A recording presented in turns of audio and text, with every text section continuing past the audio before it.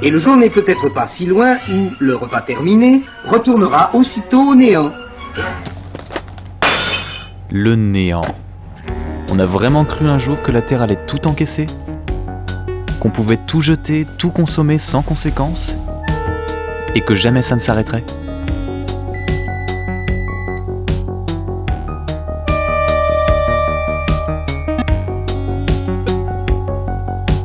Le système alimentaire, une de ses caractéristiques, c'est qu'il est mondialisé. On peut prendre l'exemple de la fabrication d'une pâte à tartiner.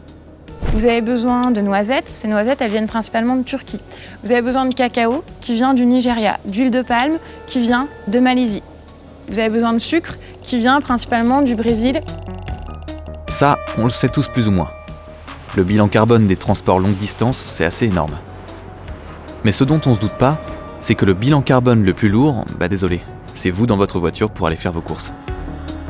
Ce qu'on appelle le dernier kilomètre, le kilomètre parcouru par le consommateur, qui va prendre la voiture pour transporter seulement 3, 4, 5, même 10 kilos de nourriture. Et donc ça compte beaucoup plus fort que des camions qui vont certes consommer beaucoup, mais qui vont transporter plusieurs tonnes de nourriture à chaque fois. Le dernier kilomètre, c'est 60% du bilan carbone du transport de l'alimentation. Mais il n'y a pas que la distance qui compte. Il y a aussi le mode de production. Prenons par exemple ces deux belles salades.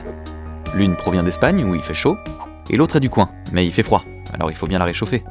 Et ça demande beaucoup d'énergie.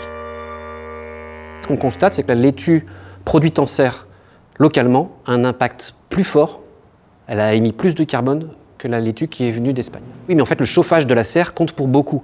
Et le transport, il est réduit parce que la laitue n'est pas venue toute seule, elle est venue avec des tonnes de laitue dans un gros camion, alors que les volumes de serre à chauffer font que ça compte énormément.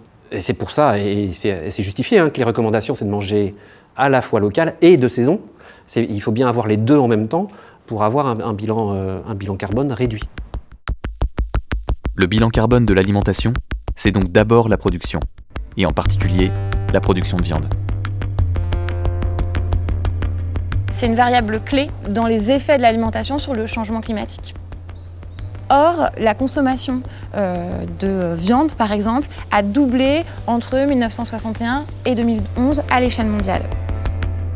L'agriculture française doit la moitié de son bilan carbone à l'élevage. L'ami est content.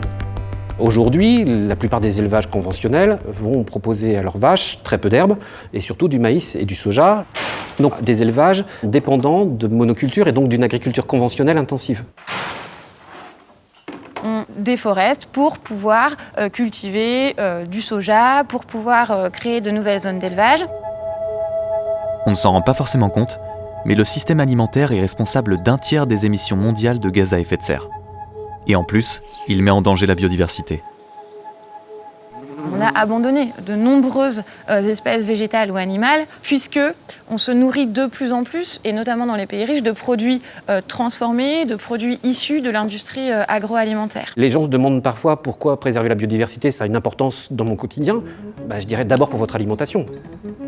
C'est-à-dire que chaque fois que vous mangez quelque chose, vous êtes vous-même en interaction indirectement avec la biodiversité de 100, 1000 endroits différents qui contribuent à votre alimentation.